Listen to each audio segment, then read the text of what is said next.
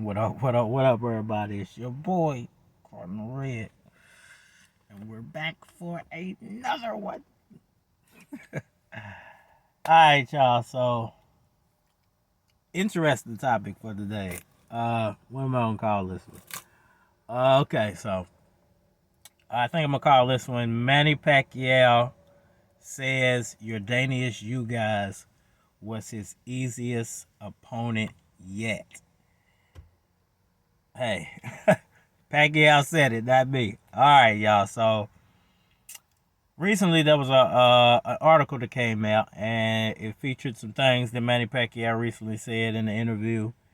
And one of those things was he feels like Yordenis Ugas was the easiest opponent he's ever had, and he's basing this off the fact that Ugas basically stood in front of him the whole fight.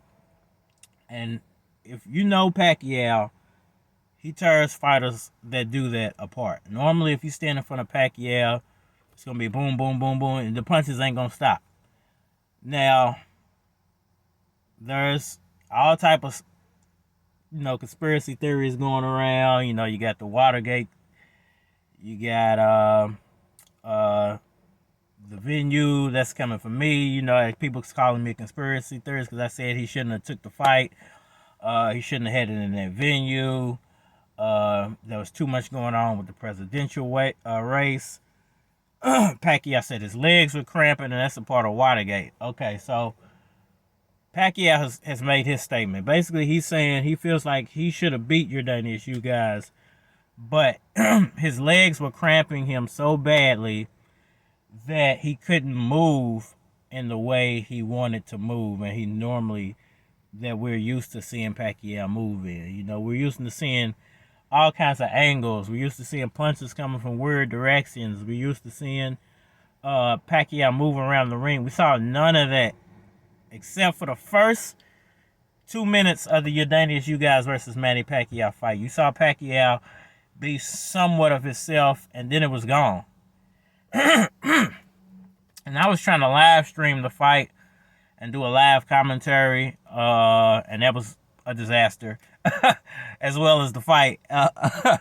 So I was missing certain parts of the fight that would have shown me what Manny Pacquiao was doing. The best parts of the fight for Pacquiao I missed, and all I was seeing every time I looked up was Yordenis Ugas landing that big looping punch. So I went back and I watched the fight over again, and actually, from what I saw, they were standing in front of each other the whole fight, and that made me think, well, maybe maybe his game plan was to fight Errol Spence toe to toe, and they just never switched up the game plan because Errol Spence and Yordenis Ugas are around the same size.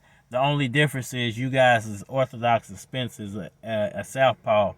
So I think the only thing they would have switched up was the placement of feet for Pacquiao. And some new news just came out from, I don't know who dropped this news or where it came from, but it turns out Manny Pacquiao only had 10 minutes to warm up before the Ugas fight. And that is, it's crazy how much stuff is coming out, man, about this fight and how much of a mess it really was. Now, we can't say that all these reasons are the reason Pacquiao lost the fight, but it's pretty messed up when you put them all together. It's pretty messed up when you start putting them all together. The leg cramping, the venue, the way the fight came about in the first place. This man only had 10 minutes to warm up.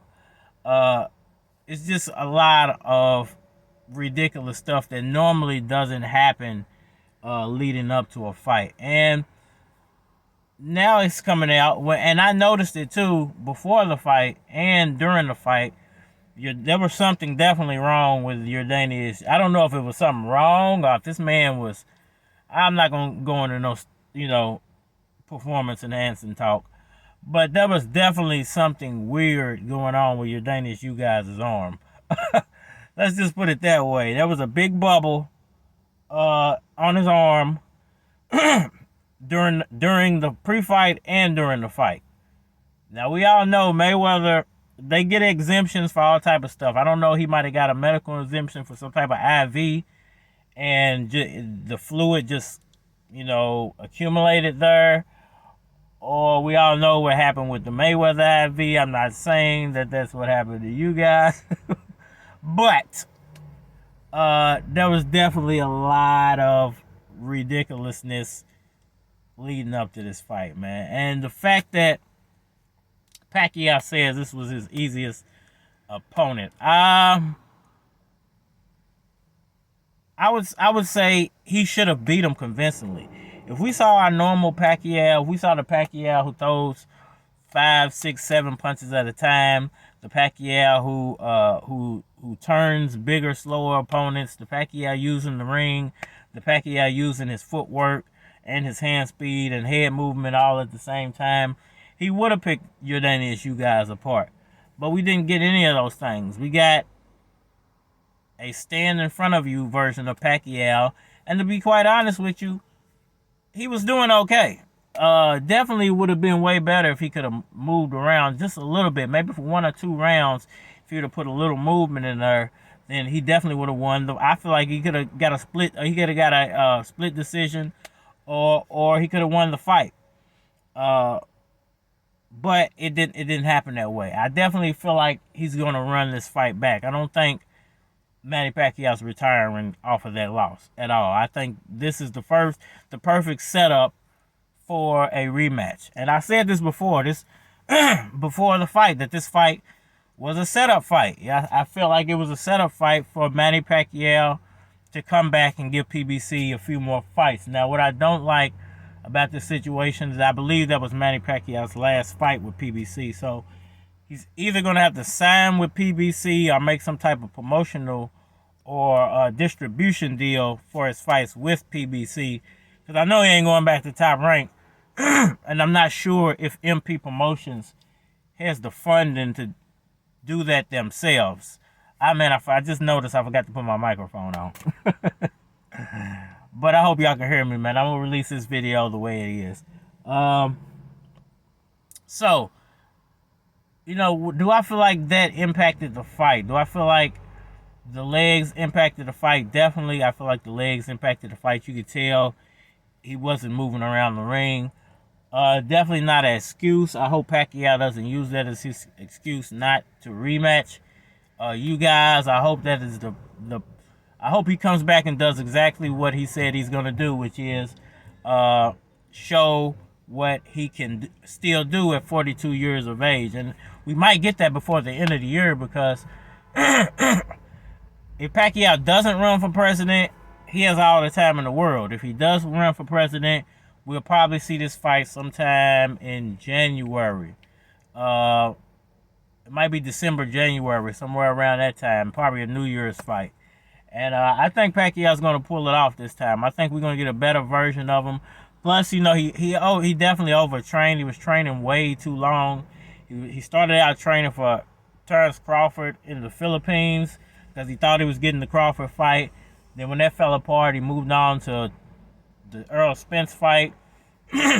Actually, there was a few weeks in between where there was nothing that happened, because he was talking about fighting Ryan and all that stuff.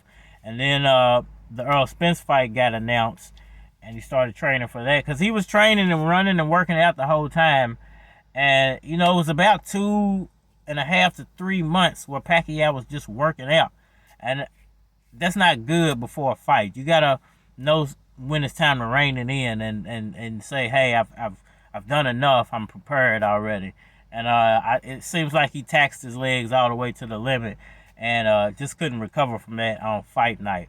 Now, I'm not getting into the whole Watergate, situation. That's above me. I don't want to even get into that. I'm not making an excuse for Pacquiao.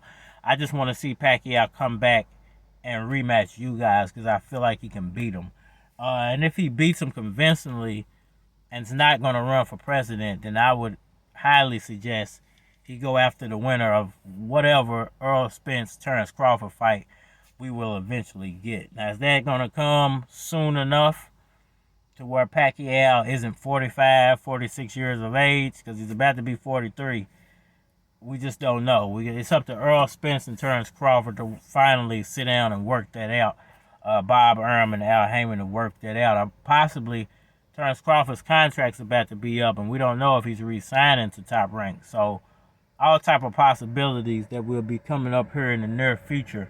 And the fact of the matter is if Pacquiao is still in the mix and Terrence Crawford switches over to PBC, there could be a lot of fights to be made. And a lot of big money for Pacquiao to be made. So if he decides not to run for president this time and just goes for these big money fights, he's going to have a lot of money to play around with come 4 years from now when the presidency comes up again. So just got to wait this out, see what happens. It's all up to Manny Pacquiao at this moment. He might not want to do this no more. He might run for president. So we just got to wait. See, I hope the audio turned out okay. It's not my normal audio. I forgot to plug my mic in. I apologize for that. But got a lot more videos to come, man. A lot more to talk about. I got a good topic coming up involving Mayweather and Pacquiao, and I want to see what y'all have to think about that. Where we at, man? Let me see. If y'all can see this. Can't take it off the charger. So they got their own medical facility over here. I didn't even know it was a medical facility. It's the Louisville soccer team. Now, what is that? Lou City is what they call it. And they have their own medical facility as well as their own practice facility right over this hill, man. It's crazy, man. I didn't think soccer would be this big a little. I was for sure we was getting a basketball team, but nope. It's your boy Cardinal Red. Hit that like button and subscribe. We out of here.